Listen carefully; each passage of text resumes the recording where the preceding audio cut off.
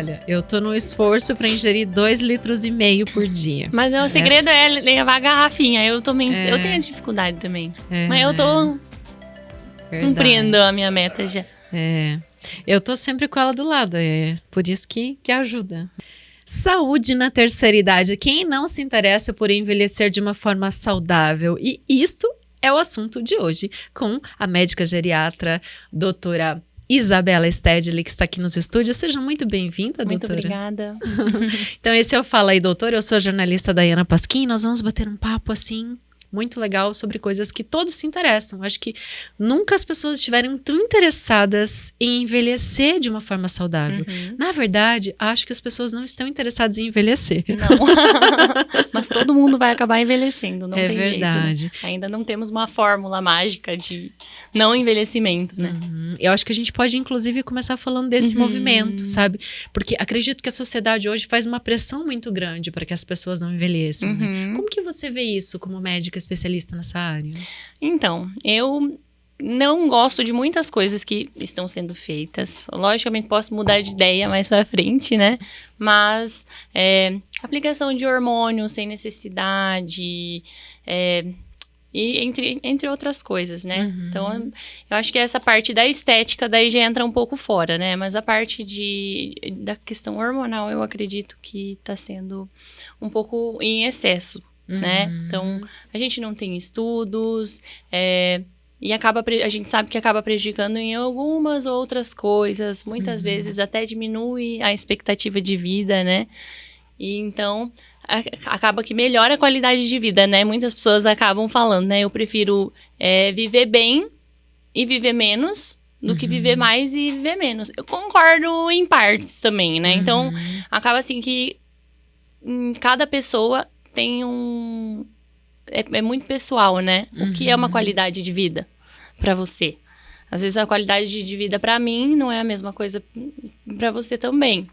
Então tem muito essa questão que a gente tem que ir avaliando. E é individual também, né? Nossa. Então, assim, a questão hormonal, às vezes vai se enquadrar pra uma pessoa, né? Que nem a reposição hormonal. Que fala, a minha qualidade de vida está péssima. Às vezes vai melhorar e ela vai falar, eu prefiro viver menos. Eu já ouvi isso no consultório. Nossa. Começamos então, com um debate super filosófico aqui, né? Filosófico, e polêmico até, né? É muito polêmico. Eu, assim, não sou muito a favor, não costumo prescrever essa questão hormonal. Tem muitos colegas que prescrevem, mas a princípio, que nem eu te falei, posso mudar de ideia, eu acho que isso é muito variável, sabe?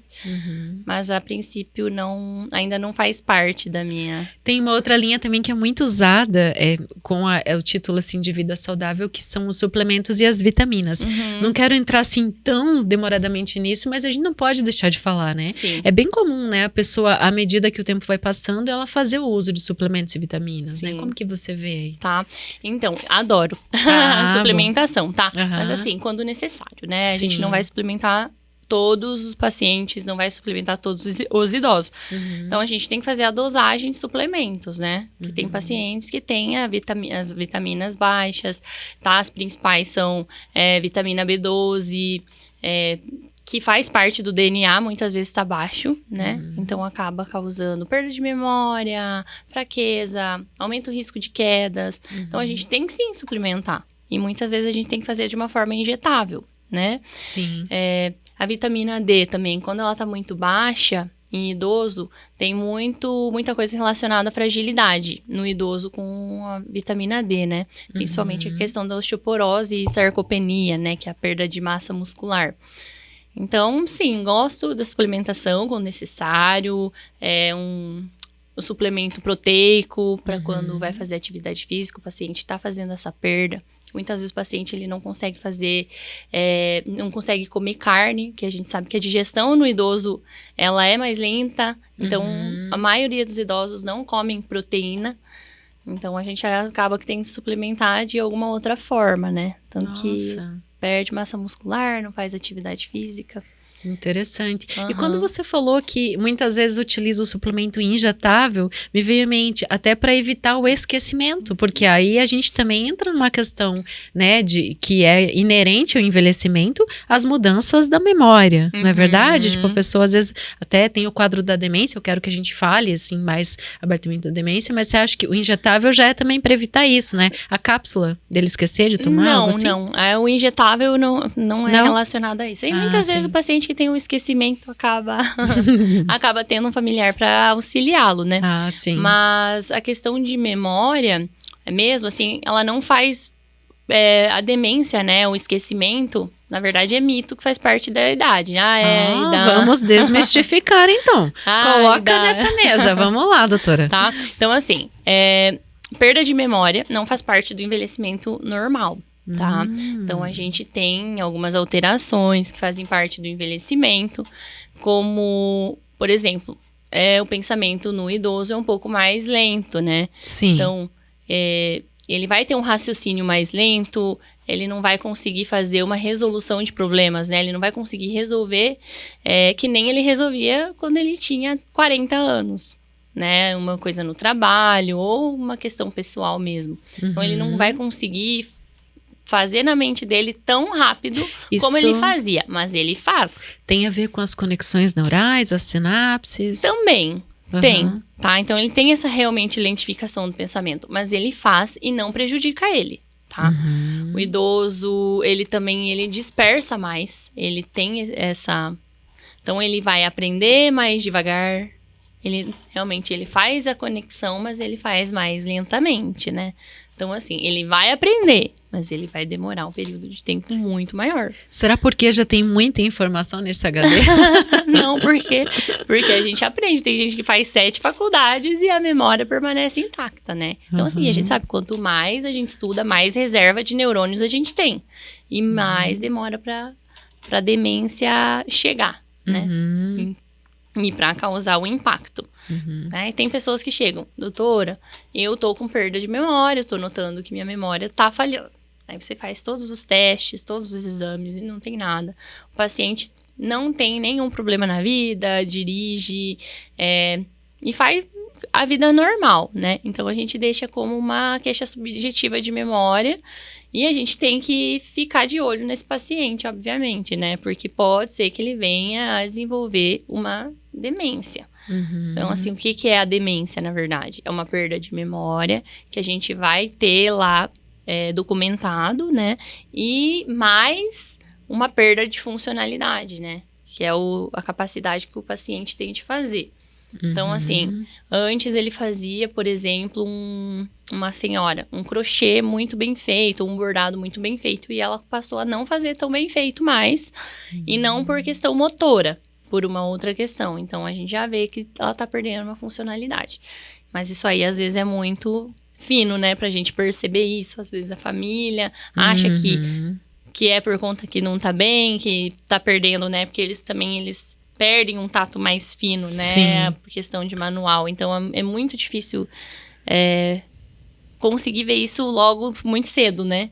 Então, a família acaba vendo mais pra frente que realmente tem a perda de funcionalidade, quando ela começa a esquecer coisas, começa a queimar demais a comida, não lembra, às vezes esquece de fazer o almoço, por exemplo, né? Nossa, excelentes dicas práticas, né, pra ficar de olho. Tem que ficar de olho. Então, tudo que é questão manual, que fazia muito bem, cozinhava muito bem e passou a não cozinhar tão bem, entendeu? Esquece as receitas que faz com frequência.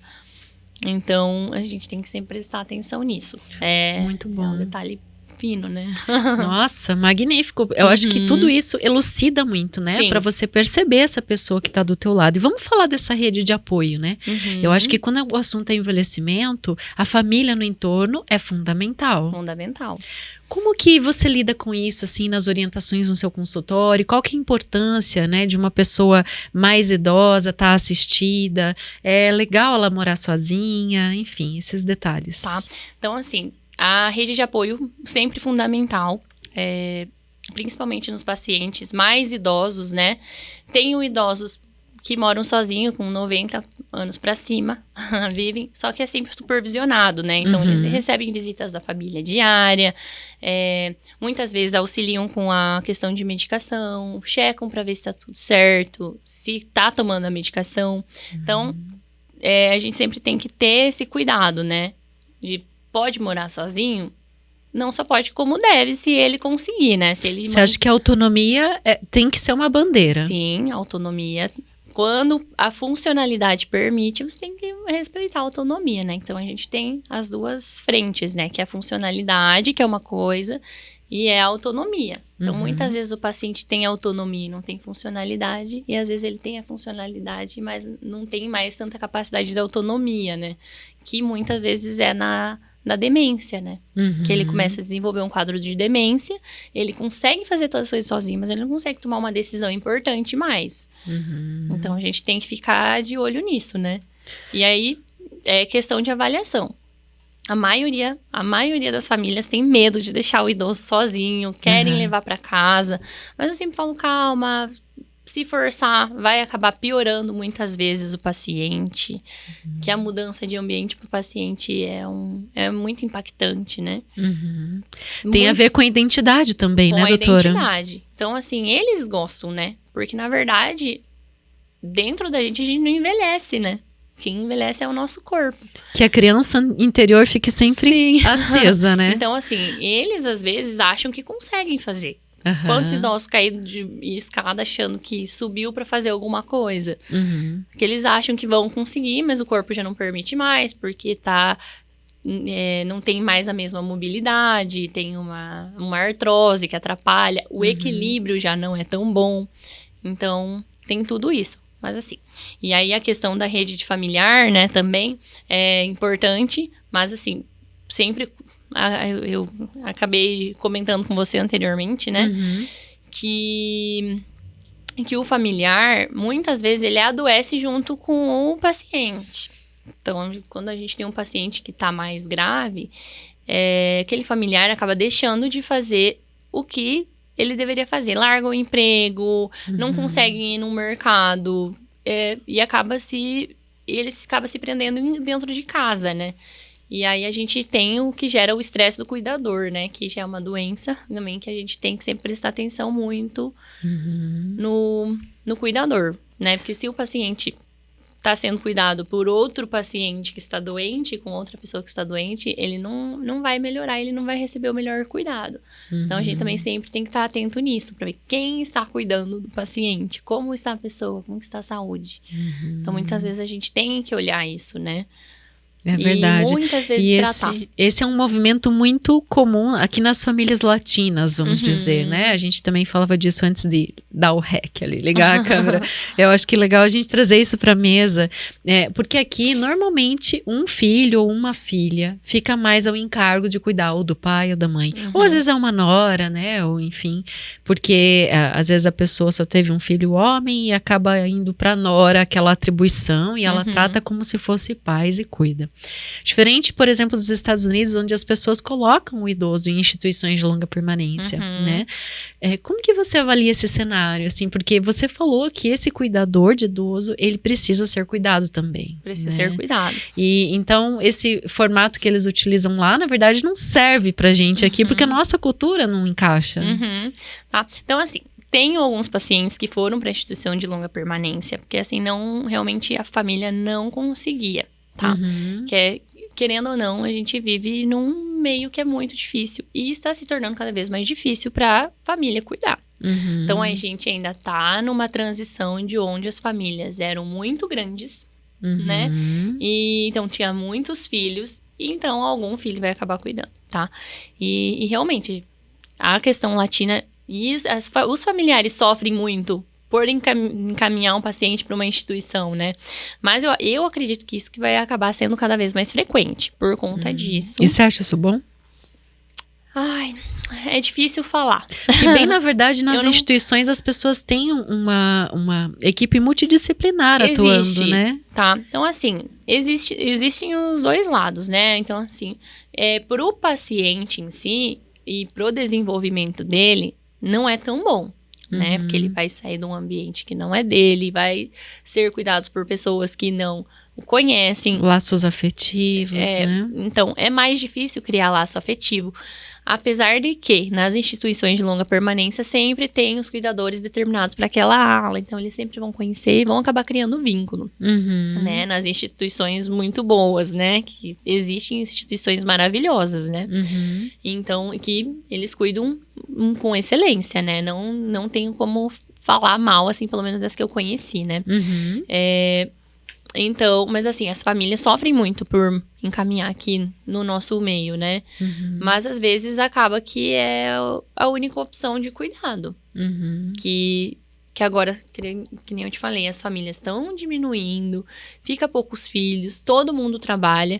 E às vezes, para um integrante da família parar de trabalhar para se dedicar ao cuidado do pai, ou da mãe, ou do avô, ou da avó, acaba que não compensa financeiramente, porque aí vai faltar remédio, vai faltar outras coisas que precisam também do cuidado, né? Entendo, então, assim, é muito difícil. Tem realidades e realidades. É verdade. Né? Mas como todo mundo vai envelhecer, isso é fato. Não tá vivo, vai envelhecer, né? Vamos falar das dicas, né? Para que a pessoa chegue lá, por exemplo, uma pessoa com 20 anos ou 30, ela já pode fazer algo hoje para que lá no futuro ela tenha um envelhecimento saudável? Sim, claro. Inclusive, a partir dos 30 anos, a gente começa a envelhecer, né? O corpo começa a envelhecer a partir dos Agora 30. Agora 30 não é mais 25?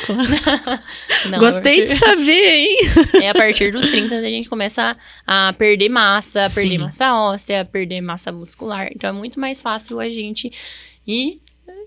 acaba sentindo, né? Quem já fez 30 acaba sentindo que as coisas vão modificando, né? Sim. Então, atividade física, academia, alongamento, tá? Então, é diferente, né?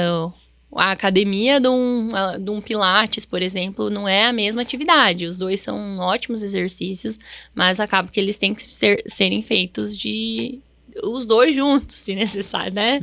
Se possível, né? Então, você recomenda a academia, assim, com esses equipamentos mesmo? Seria... É recomendado? É recomendado, tá? Porque a gente precisa de peso. Então, a gente, pra preservar músculo ou pra ganhar, né?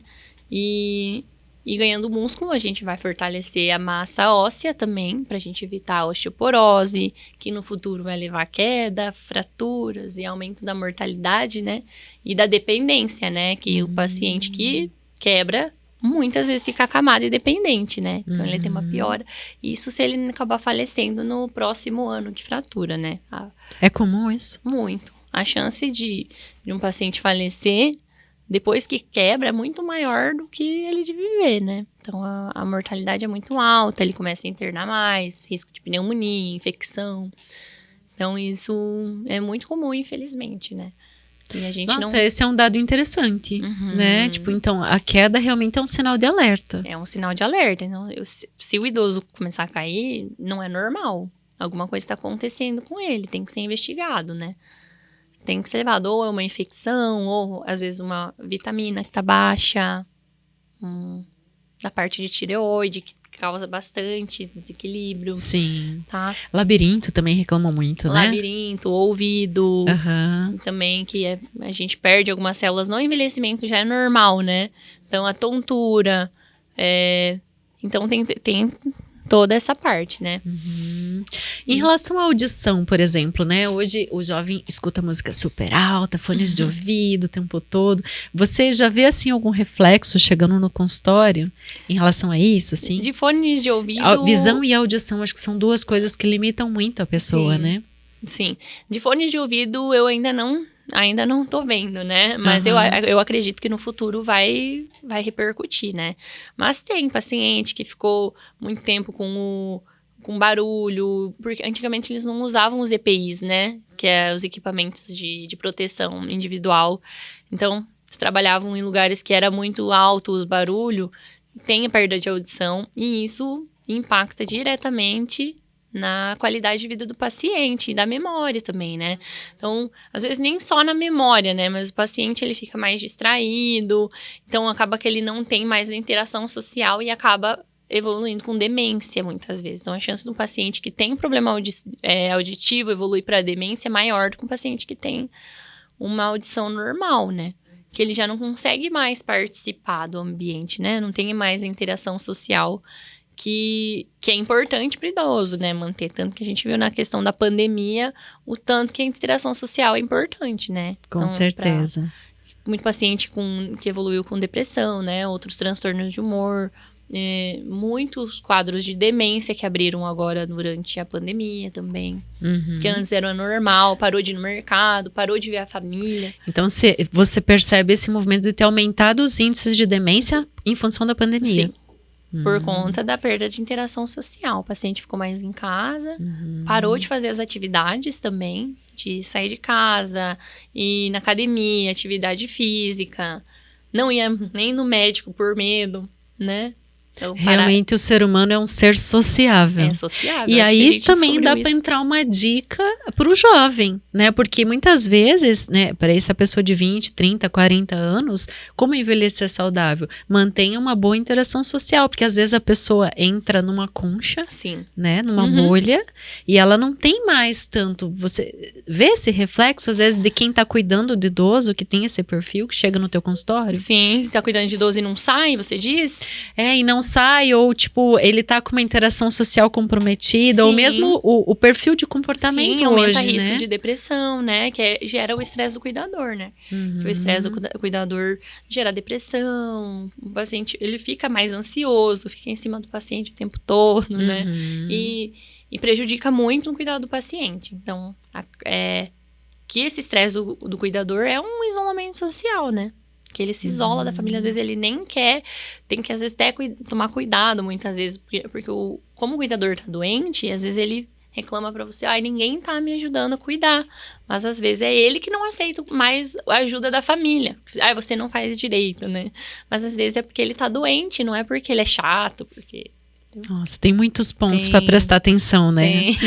Eu imagino que no teu consultório você deve ter várias anteninhas para captar vários sinais, né? Chega uma família com um paciente e tentar identificar. Não é fácil, às vezes você vai ver numa consulta bem mais para frente, você vai conhecendo a família, vai conhecendo o paciente, né? Não é muito fácil, né? Na conversa parece aqui fácil, né? Mas isso aí, às vezes, a gente nem consegue identificar, né? Esse assunto é comum e corrente, né? Acho que o envelhecimento, ele tá na pauta o tempo todo, né? E tá na pauta de vários campos sociais, né? E muitas notícias, né, estão sempre saindo em relação ao envelhecimento. Agora, eu quero entrar num ponto, assim, que eu acho bem crucial, e você já falou, assim, por alto em algum momento ali, que é o emocional. Isso tem a ver com a autonomia, com o idoso estar se sentindo bem, ou mesmo com esse jovem que vai ficar, né? E vai envelhecer um dia, vai ter as suas limitações. Esse equilíbrio entre manter o corpo ativo e funcional e o bem-estar emocional, né? Psicológico. Como que você trabalha com isso? Qual é a dica, as informações? De manter os dois juntos, né? Então, assim, os pacientes que eu vejo, né? Pelo menos, não tenho dados, né? Mas pelo que eu vejo, assim, na minha prática, é que os pacientes que estão muito bem fisicamente, geralmente estão muito bem na questão de humor.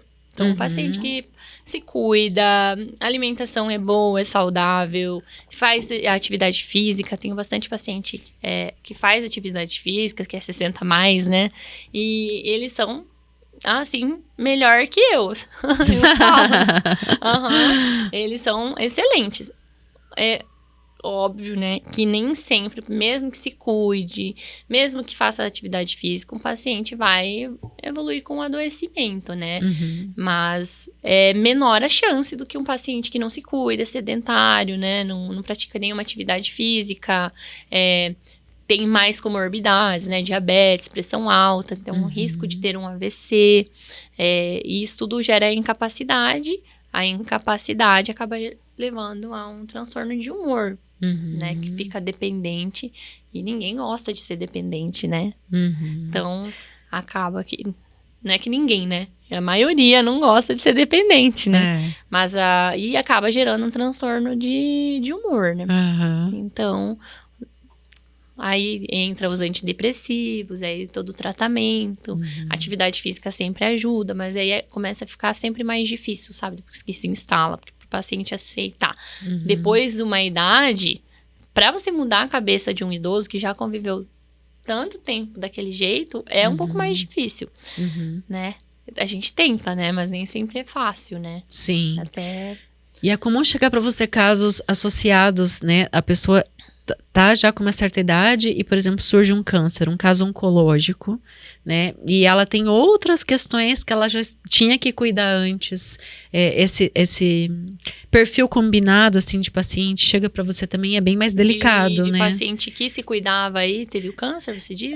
Ou paciente que, por exemplo, já tinha uma diabetes, uma pressão arterial alterada, né? Ou algum outro quadro e, de repente, tem o quadro oncológico, né? Tá. O quadro oncológico, eu acho, é sempre mais delicado, né? Então, porque eu acho que a gente tem um tabu também muito grande, né? E é uma doença que ameaça a vida, né, da pessoa. Então, a gente fica à frente de, meu Deus, será que eu vou morrer? Né? Então, isso gera um impacto, né?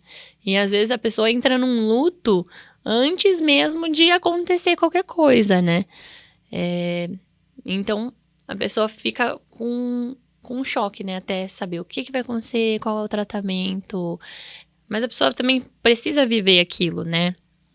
Obviamente, se a gente vê que começa a evoluir muito mal, então eu acredito, assim, que o humor impacta diretamente na qualidade do tratamento e no prognóstico, né? Muitas vezes. Então, sim, a gente tem que tratar, tá? Mas eu acho que, assim, 100% se abala psicologicamente com o diagnóstico de câncer. Sim. Tá? Tem alguns mais, outros menos, outros deixam se abalar mais, outros menos. Isso também depende muito do paciente, né?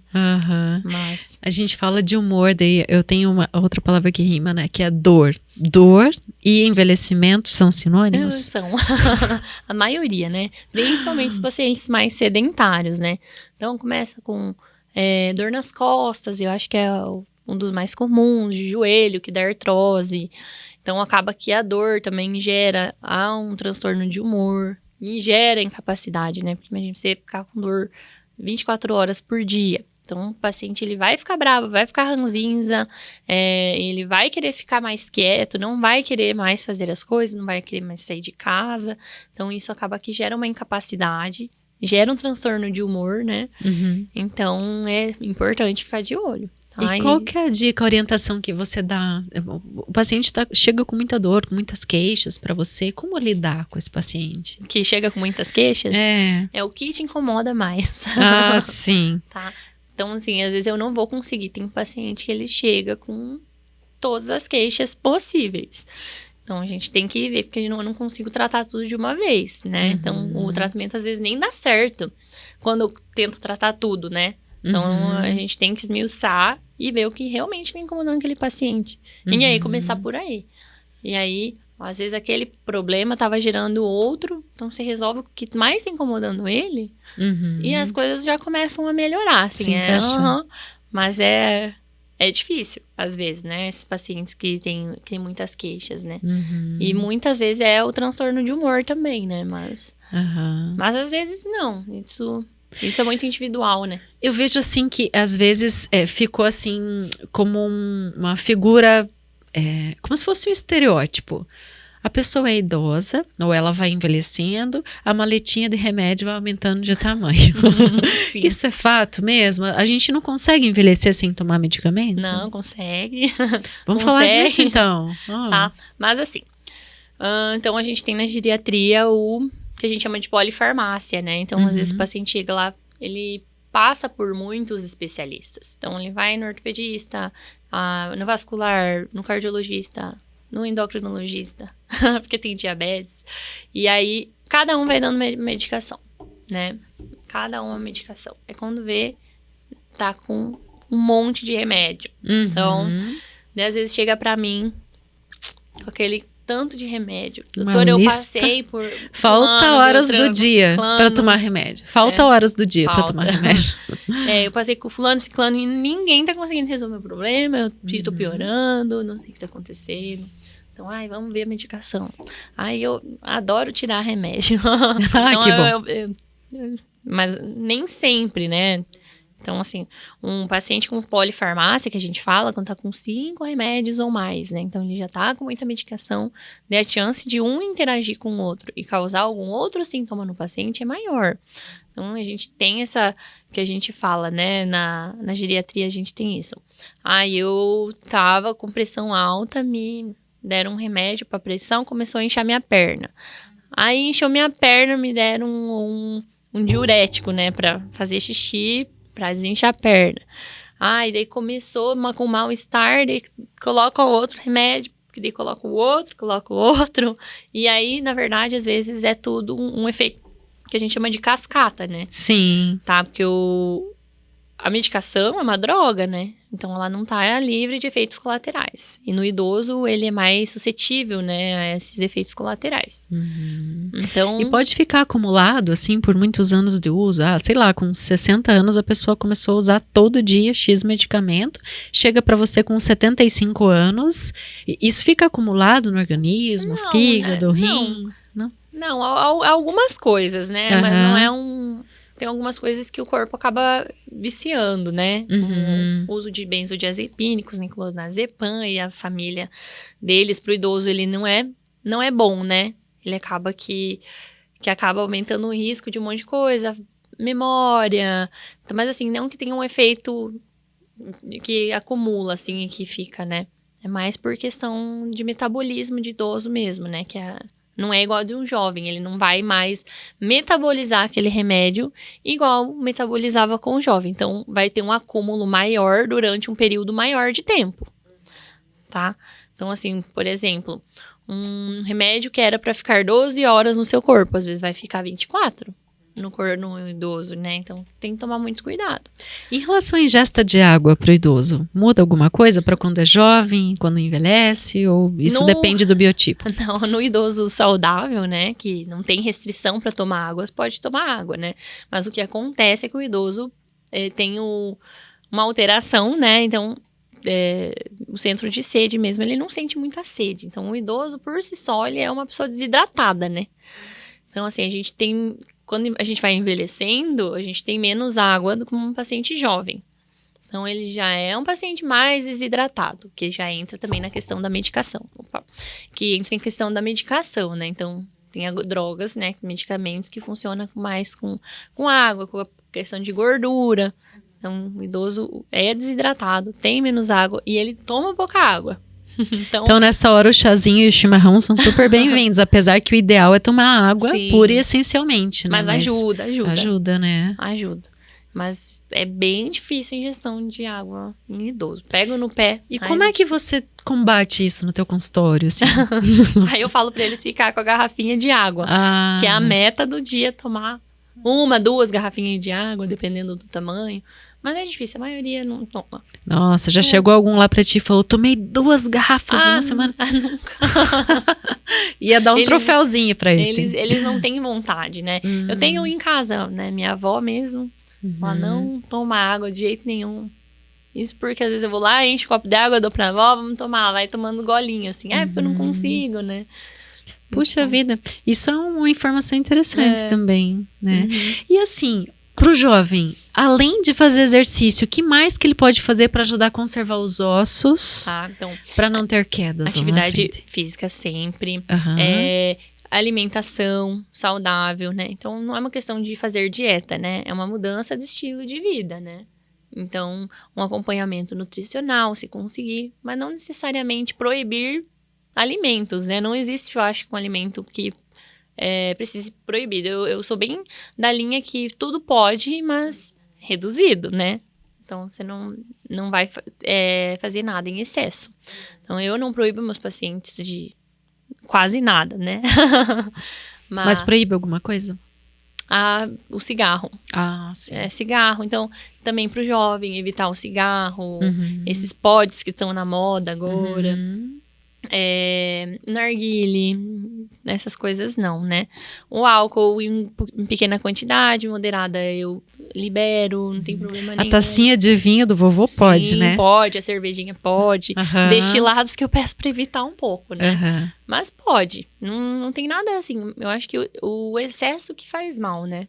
Então, acaba que daí o ganho de peso, a obesidade, o paciente obeso é um paciente que fica mais inflamado e tende a vir com mais doenças, né? E tá relacionado, né? Diabetes, pressão alta. Então, se a gente conseguisse balancear mais a alimentação, a gente evitaria grande parte das doenças, né? Isso começa, na verdade, na infância, né? Na infância. Essas pessoas aí com 20, 30, 40 que têm os filhos, educa o filho a comer bem, que daí vai envelhecer bem. Mas se manter uma vida assim regrada, que é o que eu falei, não uma mudança radical, assim, não. Mas assim, é uma mudança no estilo de vida, que tem que ser gradativa e fazer parte de você, né? Não adianta se proibir de nada, de não posso comer doce, não posso comer um hambúrguer com batata frita. Eu acho que aí isso começa já a pesar até pro social já, né? Você consegue sentir que as pessoas têm medo de envelhecer e elas têm medo de envelhecer porque elas têm medo de morrer? Tem. Eu acredito que aqui na nossa sociedade, né? Aqui no latino, de forma geral, a gente fica muito alegre quando nasce alguém e quando falece a gente tem medo. A gente tem medo de falar de morte, né? Mas isso é um processo natural da vida, na verdade, né? Então, a gente procura reconhecer, né? Na nossa especialidade, tanto na geriatria quanto no cuidados paliativos, né? Como a morte é um processo natural. E que aqui a gente tem muita dificuldade de lidar com isso, né? Mas eu acredito que as coisas estão tendendo a mudanças, né? Mas as pessoas estão correndo, sim, atrás da não morte, né? Então, tem muita gente, sim, tem medo de morrer, medo de envelhecer. Mas, às vezes, é porque eles têm medo de ficar dependente. Às vezes, tiveram uma experiência ruim com o envelhecimento. Porque envelhecer não é ruim. Se você envelhecer bem, envelhecer saudável e você conseguir fazer todas as atividades, né? Ser maravilhoso, né? Você viver saber uma olhar vida plena, para trás, né? e ver todos os anos, né? Tudo que foi construído. E por falar nisso, quero falar um pouco da tua história pessoal, porque eu fiquei empolgadíssima quando eu vi que você era uma médica geriatra, né? Especialista em geriatria e jovem, com todas as informações mais quentes sobre esse assunto, né? E você fez um movimento bem interessante, que saiu menina de Coronel Vivida, foi estudar, passou lá mais de uma década fora e voltou uma mulher especialista em geriatria. Conta como que foi a sua escolha por medicina, esse movimento para você de transição da sua própria vida. Sim. Então, eu escolhi fazer medicina, tinha por volta de 15, 16 anos, né? Não sabia o que era ser médico, né? Não tenho ninguém na minha família, nenhuma experiência. Não tinha, né, nenhuma experiência com medicina antes. Mas eu gostava eu achava muito bonito, né? O cuidado que tinha. E eu decidi fazer isso. E eu sempre, quem me conhece de antes, né? Eu sempre falava assim, eu quero fazer medicina pra cuidar de quem precisa. Até porque você tem uma avó em casa, né? Tem uma avó em casa, né? E... Muito apaixonado pela avó, pelo jeito. Sou apaixonada. Dá pra ver nos seus olhos a paixão. E aí eu tinha muito prazer em cuidar, né? Sempre... E eu sempre falava isso, não quero fazer nada... Estética, essas coisas nunca me atraiu.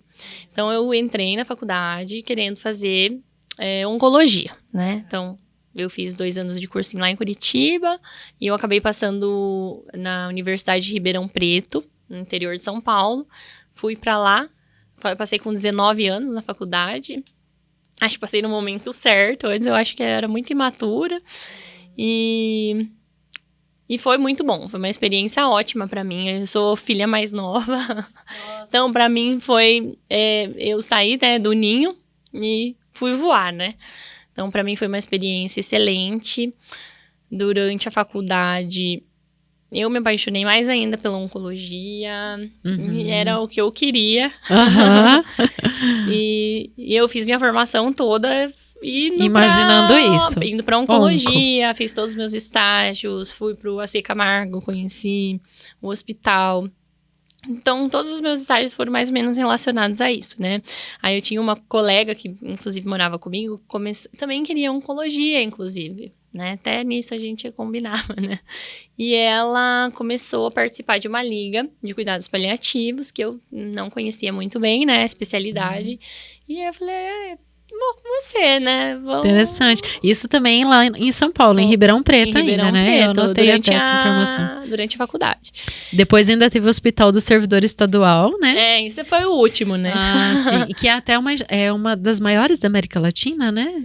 Uma das maiores enfermarias de geriatria da América Latina, né? Nossa. Que é um hospital de idoso, né? Então, você viu de tudo lá? Eu vi de tudo. Inclusive durante a pandemia, né? Que 2020, né? Foi um ano meio pesado lá, né? Que tinha muito idoso, acabou muitas mortes, infelizmente. Foi um período muito triste, né? Mas foi uma formação excelente, né? O Hospital do Servidor Público, meus chefes, o hospital, meus colegas, me proporcionaram um conhecimento fantástico, né? Lá foi muito bom. Que é outra realidade, né? E aqui, então, você atende tanto em Coronel quanto no caso da Unimed. Isso. E voltou para os amigos e para a família. Voltei para a família agora. Voltei para casa, depois de 12 anos fora, né?